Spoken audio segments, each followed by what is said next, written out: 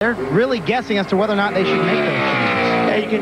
Yeah, you change the air pressures is about all you can do once the car is online right now, and that's what they're doing. But it depends on what their car was doing in practice too. So everybody's not going to be doing the same thing. They're looking at these cars running, and if they had their car was a little bit too loose maybe in practice, they're going to want to tighten it up for sure. Good gracious, look what a great lap that Tony Stewart has got going. Look at this. He's 2/10 faster than Elliott off the second corner. Later tonight on TNT at 8 o'clock Eastern Time, it's NASCAR Busch Series racing here in Indianapolis over at the short track, 0.6 of a mile. Guest color analyst. And Tony Stewart won't need a helicopter to get there. He can fly over there if he gets on the pole for the Brickyard 400, and he's got a great run going.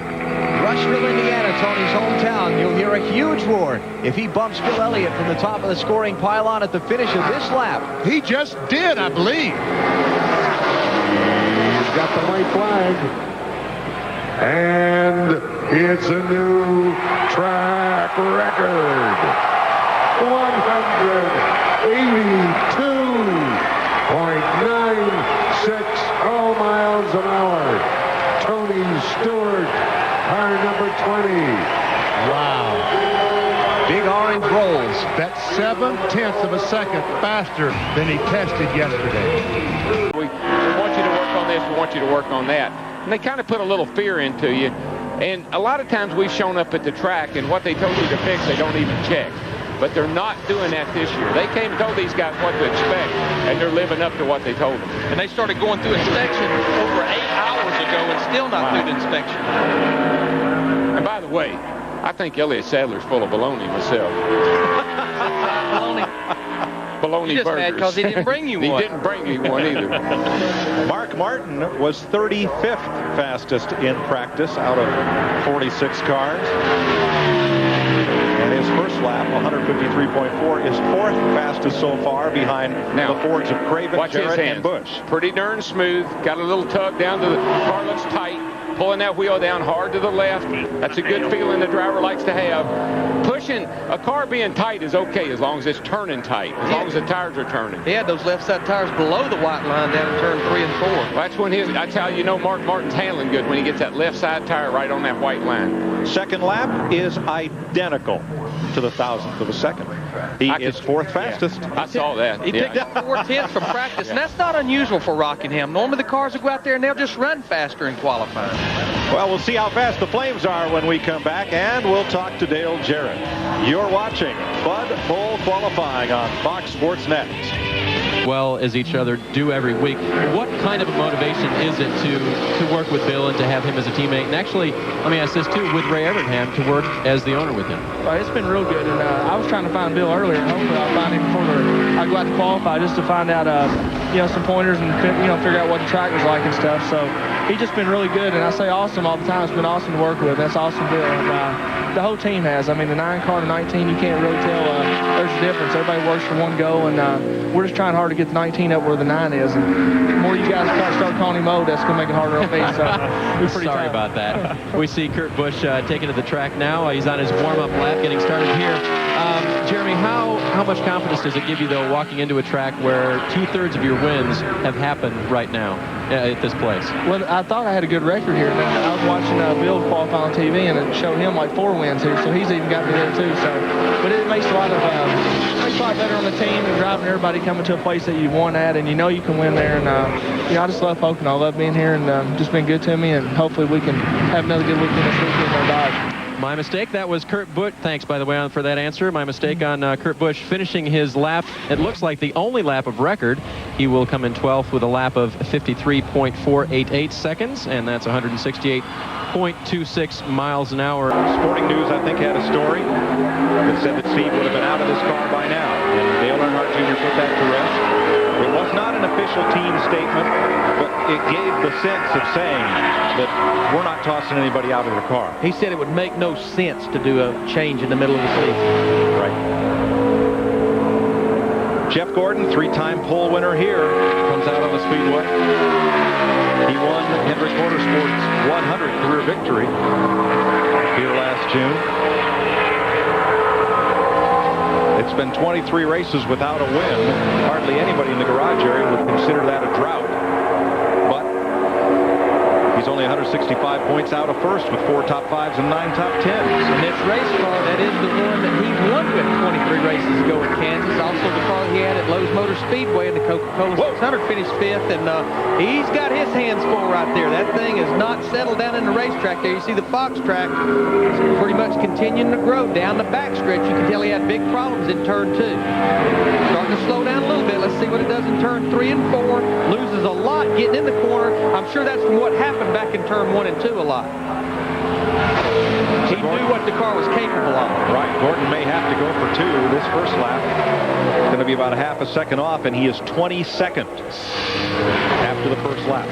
Now he knows what he had through 1 and 2 a while ago, so Jeff Gordon's probably the best in the business at adjusting to what he had the lap before. See the Fox tracks coming off turn 2, growing quite a bit, about a quarter of a second. It shows there he just didn't carry as much speed through 1 and 2 as he tried to the first time. Exactly. Slowed down a little bit down the backstretch. He's really just not able to get down in the corner. You can see it really starting to grow as he drove up into turn 3.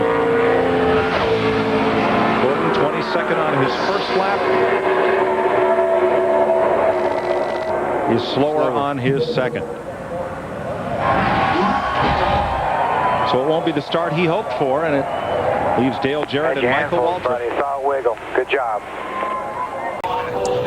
Darrell, on my segment from the middle of the backstretch to the start-finish line, he is about the same speed, getting up to speed as Dale Jarrett. A 27.91, Dale Jarrett running a 27.88.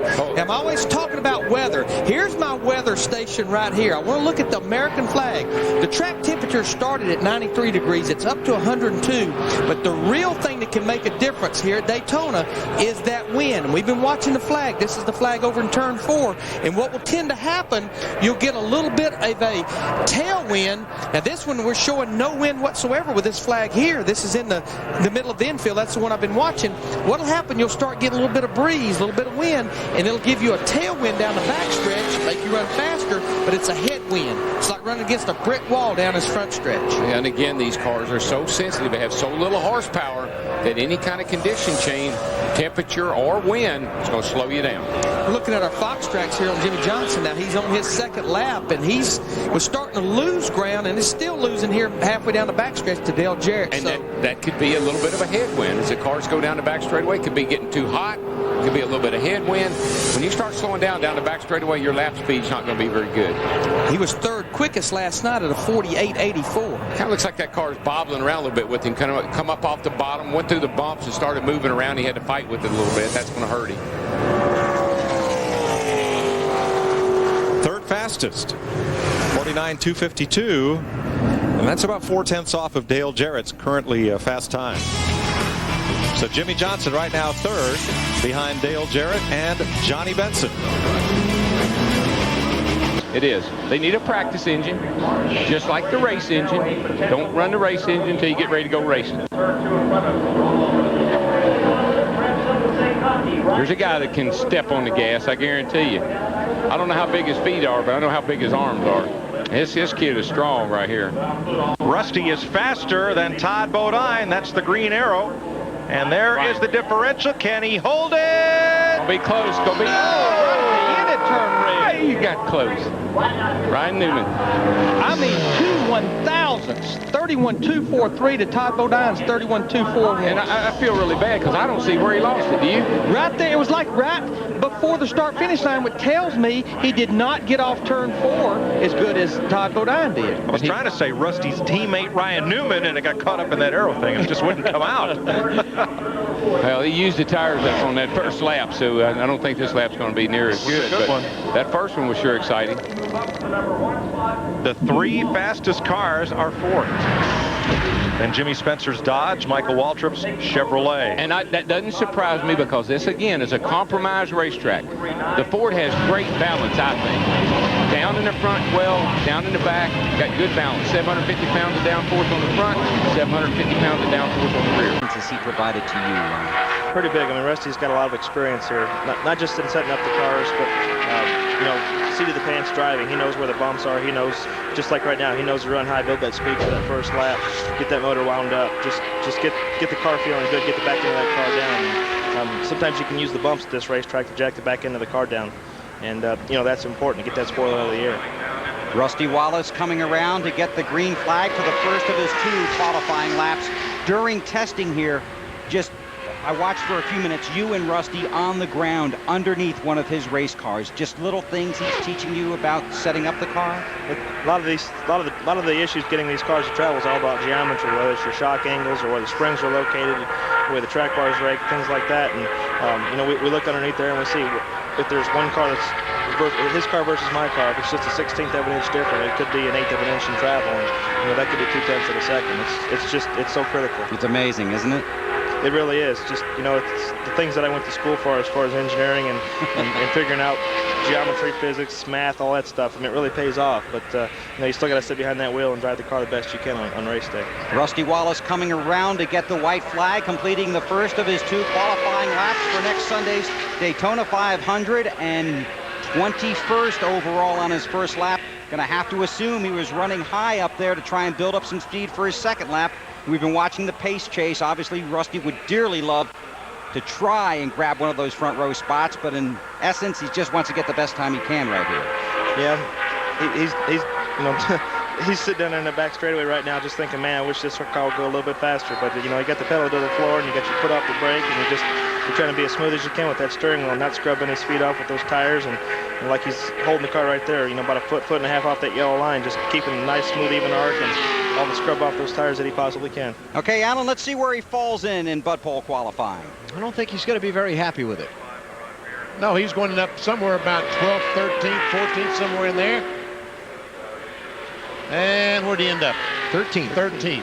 Out of 23. And we're only halfway through. So, yeah, if halfway is, he'll end up being the 26th fastest car. We see they're right together. 49.368, 182.30. I was talking about Rusty Wallace and Ryan Newman ended up 12th and 13th and 14th. And Sterling almost won this race 1 year ago. Came very, very close on a restart, a late restart. Jeff Gordon able to get by him as they threw the green flag. The cars went down in turn 1. All right, Hut Strickland is on the bubble as far as time trial speed is concerned. Sterling Marlin, 3rd fastest in practice. Let's see. There we go. Chases. It got reset. And it vanished off into TV land. Well, we'll just do it the old-fashioned way. We'll wait till he comes to the flag and see what happens. We'll guess. I'll guess that he's not going to do it. Because he's about a half second slow going in turn 3.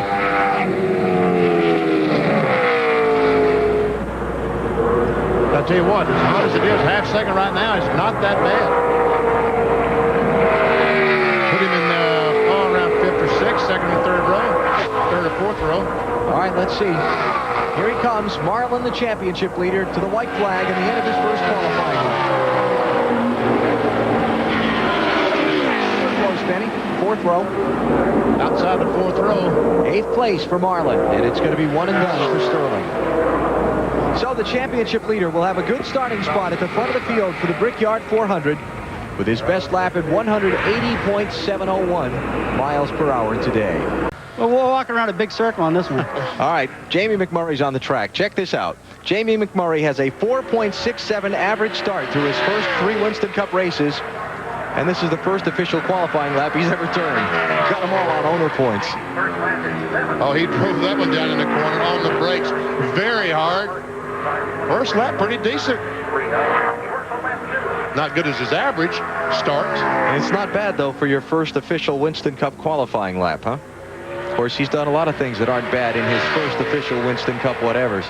Winner of last week's Busch Series race qualified 3rd for tomorrow's race that you'll see on TNT. How about that? He's going to improve his starting spot, maybe. Because right now, on the pole, 23.691. How about that, huh? How to be young and That's brave. pretty strong right there.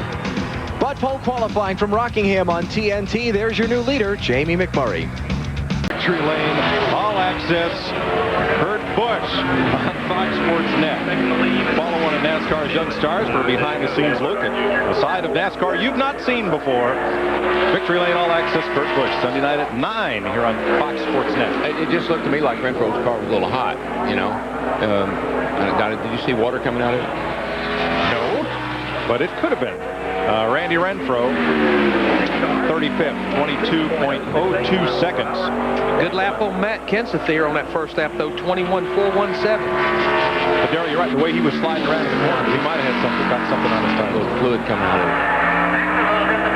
Matt Kenseth, number 2-point man, 16th on his first lap, jumps to 6. 21.333. Little as we could and try to get this Conseco Pontiac in the top 20 in qualifying. We'll have to wait and see. We wasn't very good in practice. And we're about to find out real soon. Dale Jarrett is on the racetrack. Mike?